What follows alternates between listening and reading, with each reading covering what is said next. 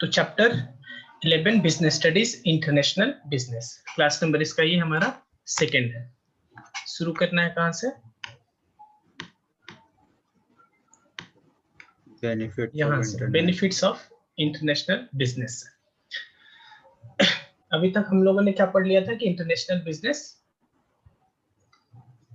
का mainly introduction हमने अभी तक देखा है। ठीक है, अब हम पढ़ रहे हैं benefits of international business.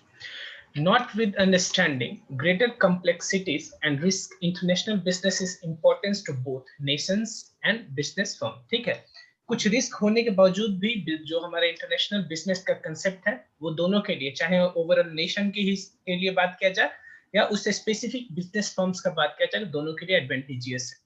It offers them several benefits. Growing realization of this benefit over time has in fact been a contributory factor to the expansion of trade and investment amongst nations. यही एक reason है या एक second growing realization of this benefit over time has in fact been a contributory factor to the expansion of trade and investment amongst nations. इस benefit को उठा रहे लोग, इसीलिए धीरे धीरे हमारा जो इंटरनेशनल इन्वेस्टमेंट और बिजनेसेस है वो एक्सपेंड कर रहा है, resulting in phenomenon of globalization. Some of the benefit of international business to the nation and business firms are discussed below. Most important question अभी तक का यही है, what are the benefits of international business? Benefits to country, यानी nation को क्या benefit है? Earning foreign exchange, देखो किसी भी देश को में अगर दूसरे देशों का एक्सचेंज यानी करेंसी अगर ज्यादा है और मेनली वो भी स्ट्रॉन्ग जो करेंसी है, फॉर एग्जांपल बोल लो कि यूएस का डॉलर हो, चाइना का करेंसी हो, हमारा यूरोप का यूरो सब हो, ठीक है, तो इनका अगर एक्सचेंज किसी देश के पास होता है तो वो ताकतवर देश माना जाता है नॉर्मली। ठीक है, तो अगर हमने सेल किया, हम मान लो हम एक इंडिया के ट्रेडर हैं और मैंने गुड्स सेल किया बाहर, ठीक है, तो मुझे जो पेमेंट मिलेगा मे बी उस कंट्री का करेंसी में, मतलब मेरा और उसके बीच में कोई डीलिंग हुआ होगा कि आपसे मैं पेमेंट किस करेंसी में लूंगा। अब उससे पेमेंट लेके मान लो उसने मुझे पेमेंट यूएस डॉलर में दिया, तो मैं वो यूएस डॉलर लेके इंडिया में ऐसे ऐसे किसी को तो पे कर नहीं पाऊंगा मैं, क्योंकि कोई एक्सेप्ट ही नहीं करे, तो वो पेमेंट मैं आरबीआई को दे दूंगा और वहां से मैं इंडियन करेंसी ले लूंगा, तो अल्टीमेटली इंडियन फॉरेन एक्सचेंज बढ़ेगा। ठीक है, तो international business helps a country to earn foreign exchange, which it can later use for meeting its import of capital goods, technology, petroleum products and fertilizer, pharmaceuticals products and a host of other consumer products which otherwise might not be available domestically। अब क्या बोल रहा है, वो जो foreign exchange है वही foreign exchange हम जब सामान इंपोर्ट करेंगे उसको पेमेंट करने के लिए भी लगेगा। एक बात बताओ, मान लो हम बाहर से सामान इंपोर्ट कर रहे हैं, मुझे पेमेंट करना है यूएस डॉलर में, लेकिन मेरे पास इंडियन करेंसी इंडियन रुपी है, तो बताओ पहले मैं जाऊंगा आरबीआई के पास, इंडियन करेंसी देके उससे यूएस डॉलर परचेज करूंगा, तब उससे सामान इंपोर्ट कर पाऊंगा। ठीक है, तो ये फॉरेन एक्सचेंज फिर बाद में यूज होगा।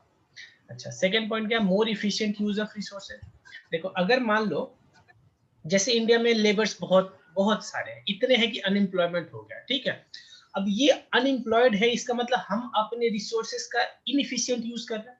अब वही लेबर दूसरे देश में जाके काम करेगा तो अर्न करेगा, तो यानी कि उनको इफिशिएंटली यूज करने के लिए, यानी जो हमारे रिसोर्सेज बर्बाद पड़े हुए हैं, जो यूजलेस है, उनको यूज में लाया जा सकता है। ठीक है, as stated earlier, international business operate on a simple principle, क्या, produce what your country can produce more efficiently. ठीक है, and trade this surplus production so generated with other country to procure what they can produce more efficiently। यानी खुद वो बनाओ जो तुम बढ़िया बना सकते हो, यानी कम कॉस्ट के साथ, और दूसरे से ये परचेस कर लो जो कि वो सस्ता बना रहे हैं और तुम महंगा बनाओगे।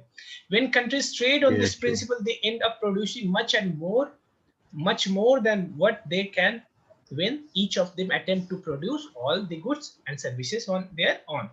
ठीक है, अगर खुद से ही सारा प्रोड्यूस करेंगे तो उसके कंपेयर में इसमें इनको कम कॉस्ट पड़ेगा। If such an enhanced pool of goods and services is distributed equitably amongst nation, it benefits all the trading nations, और इसका बेनिफिट अल्टीमेटली सभी देश को होता है। Improving growth prospects and employment potential। Producing solely for the purpose of domestic consumption severely restricts a country's prospects for growth and employment. यानी खुद ही बनाओ, खुद ही अपने नेशन को ही सर्व करो, उससे बेहतर है दूसरे नेशंस को भी सर्व करो। इससे होगा क्या, तुमको प्रोडक्शन ज्यादा करना पड़ेगा, प्रोडक्शन ज्यादा करोगे तो एम्प्लॉयमेंट अपॉर्चुनिटी आएगा, ठीक है। Many countries especially the developing ones could not execute their plan to produce on the large scale and thus create employment for people because the domestic market was not large enough to absorb all the extraordinary production, ठीक है। यानी इतना produce कर रहे थे कि उनके यहाँ अपने यहाँ वो बेच नहीं पा रहे थे, ठीक है। यानी एक्सेस प्रोडक्शन हो गया था, तो उसको वो फिर दूसरे देश को बेच पाएंगे। Later on a few countries such as Singapore, South Korea and China, which saw market for their products in the foreign countries, embarked upon the strategy of export and flourish and soon become the star performers on the world map. This helped them not only in improving their growth prospect but also created opportunity for employment of people living in these countries. Increase the standard of living.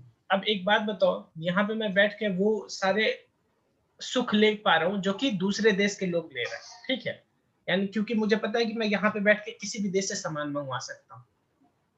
या मान लो कुछ ऐसे commodity या कुछ भी article है जो कि हमारे कंट्री में नहीं है, तो अगर बाहर से एक्सपोर्ट इंपोर्ट होगा तभी तो उसका वो मैं यूज करूंगा और अल्टीमेटली हमारे स्टैंडर्ड ऑफ लिविंग पे इफेक्ट आएगा। इन the absence of international trade, देखो नॉर्मली जो बाहर के देश का प्रोडक्ट हो, एक बात बताओ, मान लो इंडिया एक्सपोर्ट करेगा तो बताओ इंडिया कौन सा सामान एक्सपोर्ट करता होगा अपना बाहर, बेस्ट या ब्रॉस्ट? बेस्ट वाला ही प्रोडक्ट। यस हाँ, तो वही बोल रहा हूँ कि जब बाहर के देश से मैं अपने यहाँ सामान मंगाऊंगा तो वो भी तो बेस्ट होगा ना। तो अल्टीमेटली नॉर्मली यही बोला जाता है कि जो इंपोर्टेड सामान के साथ ही एक टैग होता है, एक पॉजिटिविटी होता है, इंपोर्टेड सामान, इसका मतलब बेहतर क्वालिटी का होगा, उसके थ्रू स्टैंडर्ड ऑफ लिविंग बढ़ सकता है, ठीक है। In the absence of international trade of goods and services, it would not have been possible for the world community to consume goods and services produced in other country and people in this country are not able to consume and enjoy a higher standard of living, ठीक है। अगला हमारा benefits to firm, यानी इससे firm को क्या फायदा हो रहा है। पहला तो फॉरमोस्ट बेनिफिट क्या है, prospect for higher profit.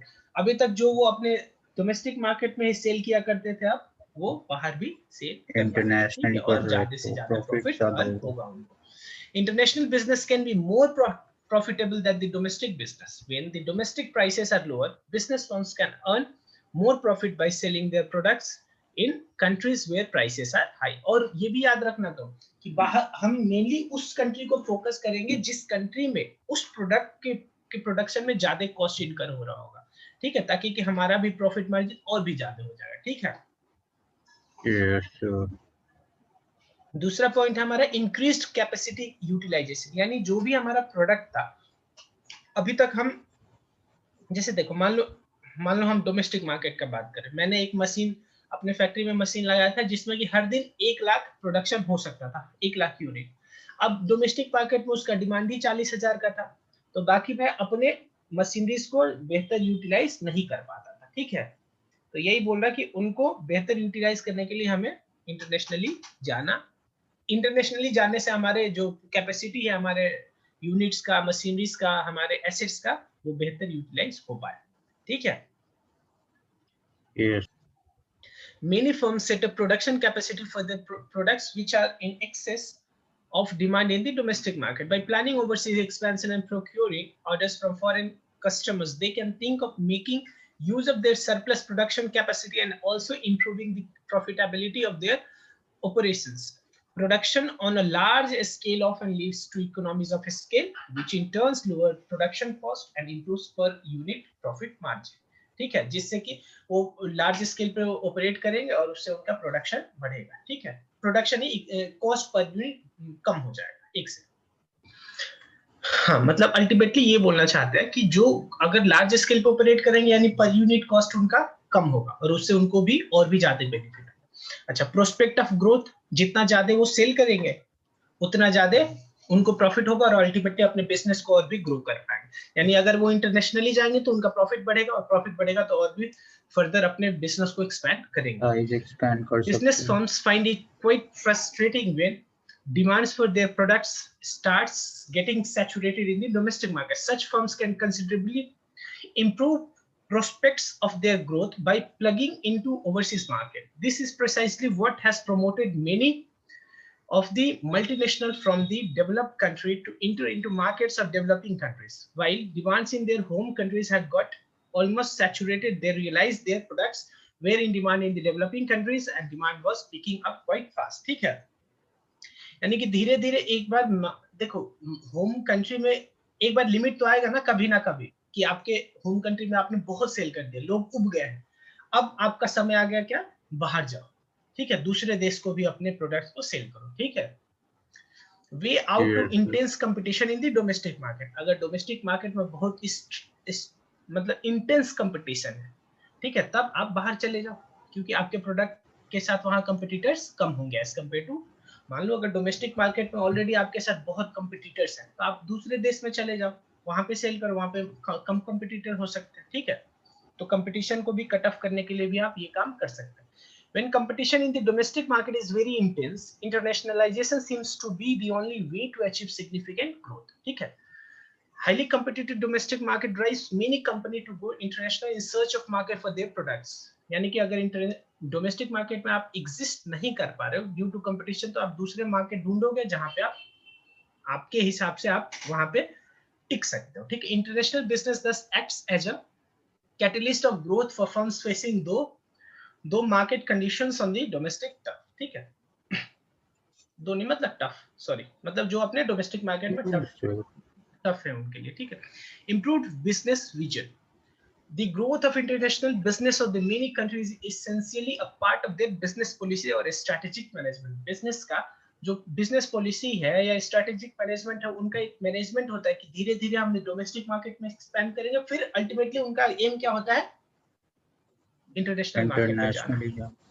The vision to become international comes from the urge to grow, the need to become more competitive, the need to diversify and to gain strategic advantage of internationalization, ताकि कि ultimately वो जो international market है उससे benefit उठा सके, ठीक है। Yes, sir.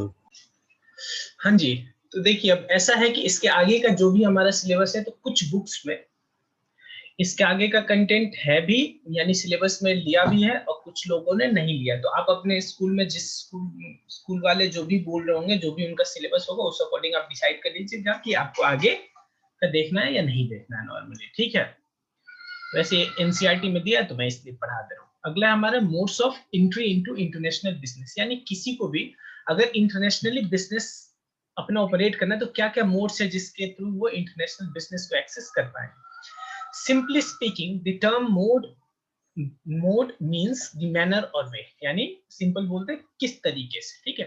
The phrase modes of entry into international business therefore means various ways in which a company can enter into international business. While discussing the meaning and scope of international business, we have already familiarized you with some of the modes of entry into international business. In the following sections, we shall discuss the detailed important ways of entering into international business along with their advantages and limitations. Such a discussion will enable you to know as to which mode is more suitable under what condition. यानी अलग अलग modes हैं जिसके through आप international business को access कर पाएंगे। आप अपने आपका क्या सिचुएशन है, जो भी सर्कमस्टांसेस प्रिवेल करता है, उस अकॉर्डिंग आप डिसाइड कर लीजिए कि आप किस मोड के थ्रू आप इंटर करना चाहेंगे। आगे पहला है हमारे एक्सपोर्टिंग एंड इंपोर्टिंग। पहला मोड क्या है, एक्सपोर्ट करना या इंपोर्ट करना। Exporting refers to sending of goods and services from home country to a foreign country, ठीक है। In a similar way, importing is purchase of foreign products and bringing them into one's home country. There are two important ways in which a firm can export or import products: direct and indirect exporting and importing. Importing exporting दो तरह से हो सकता है, direct भी और indirect भी, ठीक है। A firm itself approach the overseas buyer, supplier and look after all the formalities related to exporting, importing activity, including those related to shipment and financing of goods and services, ठीक है। Indirect exporting and importing on the other hand is one where the firm's participation in export and import operation is minimum, ठीक है। देखिए जैसे दो, एक direct और indirect. Direct कहने का मतलब मान लीजिए अगर मुझे इंपोर्ट कराना है, तो मैं ही जाऊंगा दूसरे कंट्री में और वहां से सामान को लेके आऊंगा। अगर ये इनडायरेक्ट होता तो वो जो अगला है हमारा सप्लायर वो लेके आके मुझे पहुंचा देगा, यानी कि इस केस में हमारा जो वो होगा वो कम होगा। यानी जब हमारा इनडायरेक्ट मेथड होगा तो हमारा इंटरवेंशन इंपोर्ट कराने में कम होगा। सेम एक्सपोर्ट के केस में भी, अगर एक्सपोर्ट है तो मैं अगर यहाँ से सामान भिजवाऊंगा उनको, ठीक है, और फिर वहां पे जाके सेल कर मतलब उनको देना है, फिर जाके ये क्या होगा डायरेक्ट, क्योंकि हम इन्वॉल्व है एक्सपोर्ट करने में। और अगर वो बंदा आ रहा है और यहाँ पे मेरे से खरीद रहा है और खुद लेके जा रहा है, वो तो नॉर्मल मतलब इनडायरेक्ट एक्सपोर्ट हो गया, ठीक है। आगे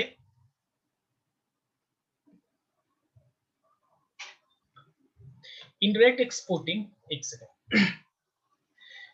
यहाँ से पढ़ रहा हूँ। Indirect exporting importing on the other hand is one where the firm's participation in the export and import operation is minimum, ठीक है, यहाँ पे मिनिमम है और वहां पे ठीक ठाक है, ठीक है। And most of the tasks relating to export and import of the goods are carried out by some middlemen, such as export houses or buying offices of overseas customer located in home country or wholesale importers in the case of import operation, ठीक है।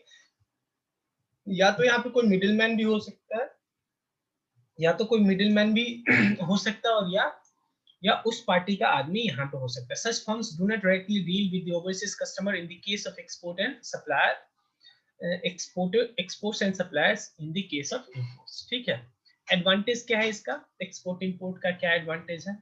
Major advantage of exporting include as compare to other modes of entry, exporting and importing is the easiest way. पहला तो ये क्या है, easiest way of gaining entry into, easiest way to gain entry into the international market है ये, ठीक है। It is less complex and an activity than setting up a managing joint venture or wholly owned subsidiaries abroad। इससे मतलब as compared to कि आप अपना वहां पे पूरा बिजनेस सेटअप करें, उससे बेहतर है कि आप इसको यहाँ पे ही यहीं पे आप यहाँ से आप एक्सपोर्ट करके बेचें, ठीक है, क्योंकि उस केस में आपको पूरा खर्च भी करना पड़ेगा, पूरा सेटअप तैयार करना पड़ेगा, फिर उसको मैनेज करना पड़ेगा, वो थोड़ा हेक्टिक हो जाएगा। सेकंड क्या है हमारे एडवांटेज इसका, exporting importing is less involving in the sense that business firms are not required to invest that much of time and money। वही जो बात है कि इन्वेस्ट ज्यादा नहीं करना पड़ेगा, चाहे वो पैसा हो या समय, as is needed when they desire to enter into joint venture or set up manufacturing plants and facility in host countries। as मतलब इसके कंपैरिजन में कि वो यहाँ वहां पे जाओ और अपना बिजनेस सेटअप तैयार करें। अगला पॉइंट हमारा, since exporting and importing doesn't require much of investment in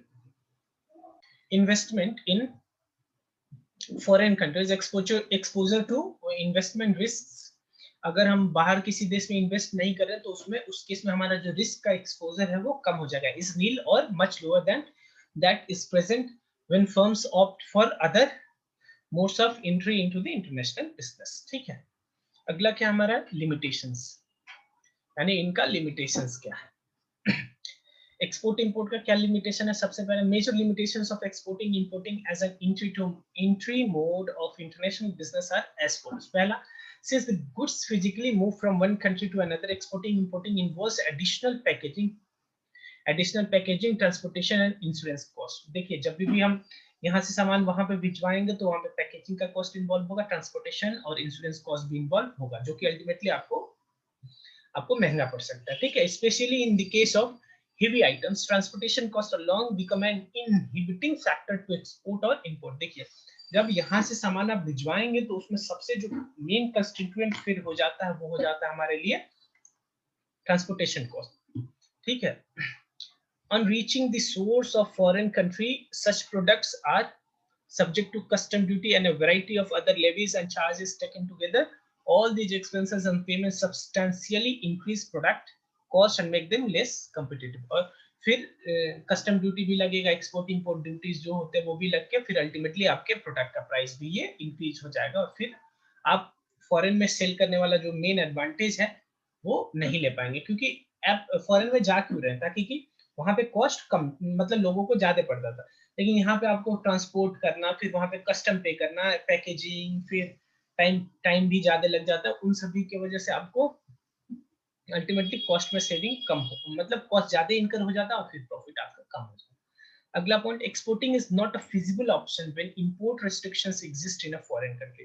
जब किसी दूसरे देश में की गवर्नमेंट ने अगर इम्पोजिशन लगा दिया कि आप इस प्रोडक्ट का इंपोर्ट नहीं कर सकते हैं, तो फिर या एक्सपोर्ट इंपोर्ट नहीं होगा उस कंट्री में, तो फिर आप एक्सपोर्ट नहीं कर पाएंगे. In such a situation firms have no alternative but to opt for other entry modes such as licensing, franchisee और joint venture, which makes it feasible to make the product available by way of producing and marketing it locally in foreign country. ठीक है, इस case में आपको वहीं पे जाके अपना सेटअप तैयार करना पड़ेगा या लाइसेंसिंग फ्रेंचाइजीज के थ्रू ऑपरेट करना पड़ेगा. अगला पॉइंट है हमारे लिए export firms basically operate from their home country. ठीक है, होम कंट्री से ऑपरेट कर रहे हैं, they produce in the home country and then ship the goods to foreign country. ठीक है, except a few visit made by the executive of export firms to foreign country to promote their product, the export firms in general do not have much contact with the foreign market. ठीक है, ज्यादा उनका knowledge भी नहीं होता, क्योंकि एक दो बार वो अपने बंदे को भेजते हैं वहां पे और उसी हिसाब प्रमोशन करने के लिए और फिर उसी हिसाब से अपने प्रोडक्ट को वहां पे एक्सपोर्ट करते हैं. This puts the export firm in a disadvantages position vis-a-vis the local firms which are very near to the customer and are able to better understand and serve them. ठीक है, जो बंदा वहां पे मैन्युफैक्चर कर रहा है, वहां पे ट्रेड कर रहा है, वो कंज्यूमर्स के कस्टमर्स के ज्यादा नजदीक है एज कम्पेयर टू कि यहाँ से आप ऑपरेट कर रहे हैं. ठीक है, तो यहाँ पे डिसएडवांटेज हो जाता है कि आप ज्यादा अपने प्रोडक्ट को सेल नहीं कर पा रहे. Despite the above mentioned limitation, exporting importing is the most preferred way for business firms when they are getting initially involved with the international business. जब कभी भी बिजनेस स्टार्टिंग फेज में एक्सपोर्ट इंपोर्ट यानी international business में international market में operate करना चाहता है, तो प्राइमरीली वो एक्सपोर्टिंग इंपोर्टिंग वाला ही ऑप्शन चूज करता है. As usually is the case, firms start their overseas operation with export and imports और धीरे धीरे वो overseas operation मतलब overseas भी चले जाते हैं. Latter having gained familiarity with the foreign market operations switch over to the other form of international business operation. ठीक है, अगला है हमारा contract manufacturing. अगला हमारा कॉन्ट्रैक्ट मैन्युफैक्चरिंग. सेकेंड मेथड है हमारा कॉन्ट्रैक्ट मैन्युफैक्चरिंग. इसमें क्या होता है? Contract manufacturing refers to a type of international business where firms enter into a contract with one or a few local manufacturer in foreign country. Foreign countries में जाके वहां के किसी लोकल मैन्युफैक्चरर के साथ वो कॉन्ट्रैक्ट कर लेते हैं टू गेट सर्टेन कंपोनेंट और goods produced as per its specification. और वहां पे वो उनको एक स्पेसिफिकेशन देंगे और उसी हिसाब से वो वहां पे अपने वो वहां पे प्रोडक्ट बनाएंगे. Contract manufacturer also known as, इसी को दूसरे टर्म्स में हम आउटसोर्सिंग भी इसको बोल देंगे. ठीक है, can take three major form. पहला, production of certain components such as automobiles component और shoe uppers to be used later to produce final products such as cars and shoes. ठीक है, ताकि इस कुछ उसका कंपोनेंट वो वहां पे मैन्युफैक्चर करवाएंगे जो कि बाद में वो अपने प्रोडक्ट को वहां पे बनाने में हेल्प होगा. ठीक है, assembly of component into final product such as assembly of hard disk, motherboard, floppy disk, disk drive and modern chips into a computer. Complete manufacture of the product such as garment और complete manufacture भी हो सकता है. ठीक है, the goods are produced or assembled by local manufacturer as per the technology and management guidance provided to them by the foreign company. यानी यहाँ से आप वहाँ को उसको ऑर्डर देंगे और उसी हिसाब से वो उस जो भी आपका स्पेसिफिकेशन होगा उसी हिसाब से वो लोग आपके प्रोडक्ट को वहाँ पे बनाएंगे. The goods so manufactured or assembled by the local producer are delivered to the international firm for use in its final product or outrightly sold as finished goods by the international firms under its brand names in various countries including the host and other country. और उसी हिसाब से वो वहाँ पे उस सामान को बेच देगा. ठीक है, यानी और इसी हिसाब से बहुत सारी कंपनी जो भी आप जानते होंगे वो सारा इस, फॉर एग्जांपल नाइक हो गया, रिबॉक हो गया, लेविस हो गया, रैंगलर हो गया, ये सब इसी तरह के से ऑपरेट करते हैं. ठीक है, यानी सपोज करिए इंडिया का एक ब्रांड है. ठीक है, वो वहां के कुछ लोकल्स मैन्युफैक्चरर्स को वहां पे बोल देगा कि आप इस हिसाब से ऐसे ऐसे प्रोडक्ट बनाइए. ठीक है, और फिर उन प्रोडक्ट को लेके जो भी लोग वहां के, सपोज करिए या मैं अलग एग्जांपल ले रहा हूँ, मान लीजिए अमेरिका है. अमेरिका में मान लीजिए, मुझे एग्जैक्टली नहीं पता, मान लीजिए नाइक की जो कंपनी है वो ओरिजिनली अमेरिका की है. ठीक है, तो अमेरिका अब इंडिया में डिमांड हो गया नाइक के शूज का, तो वो लोग क्या करेंगे कि नाइक वाले इंडिया के कुछ लोकल मैन्युफैक्चरर्स को अपना स्पेसिफिकेशन देंगे कि इस तरह का आपको प्रोडक्ट बनाना है. ठीक है, फिर यहाँ पे वो प्रोडक्ट बनेगा, उनका टैगिंग लगेगा नाइक वालों का, और फिर जो नाइक नाइक के लिए नाइक के जो रिटेलर्स होलसेलर इंडिया में जो अपने उस प्रोडक्ट को सेल करना चाहते हैं, उनको यहाँ से नाइक वाले बेच देंगे, इन लोकल मैन्युफैक्चरर से उठा दें, ठीक है। तो ये भी एक ज्यादा अच्छा टेक्निक है ये भी, ठीक है। द गुड्स सो मैन्युफैक्चर और assembled The goods so manufactured or assembled by the local producers are delivered to the international firm for use in its final products or outrightly sold as finished product by the international firms under its brand name in various countries, including the host, the home host, or other country.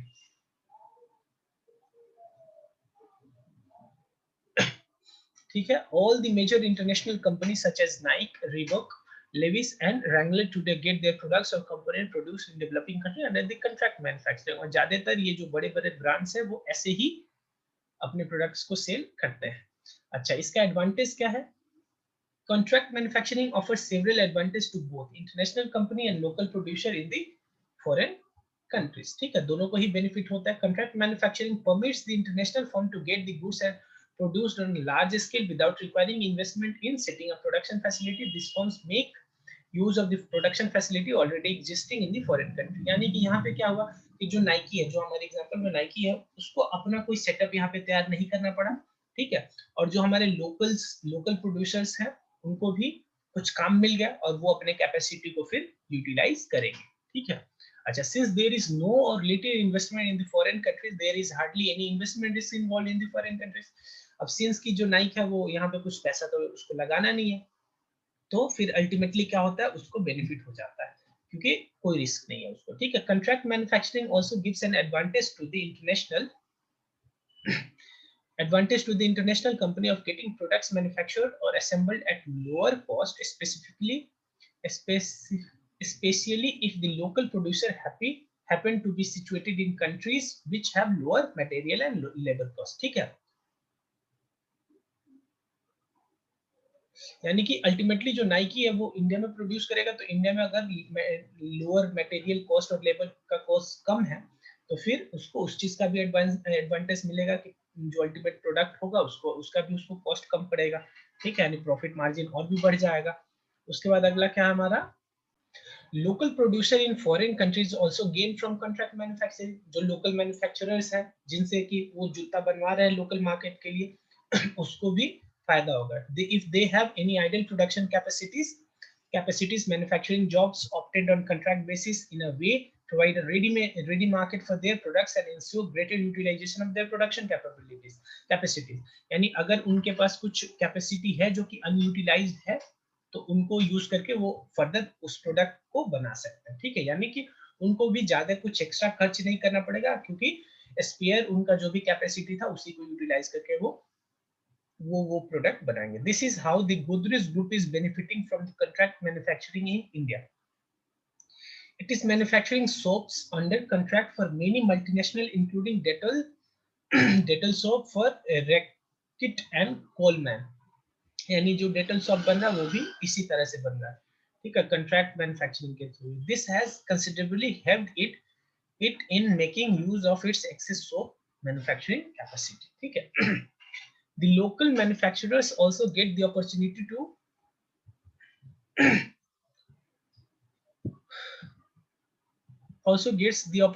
to get involved with international business and avail incentives, ठीक है, if any available to the export firm in case the international firms desire goods so produced be delivered to its home country or to some other foreign country। यानी कि अगर एक country में बेहतर production हो रहा है तो वो क्या करेंगे, फिर अल्टीमेटली यहाँ से ही मैन्युफैक्चर करवा के दूसरे कंट्रीज में भी एक्सपोर्ट करना शुरू कर देगा नाइकी, ठीक है।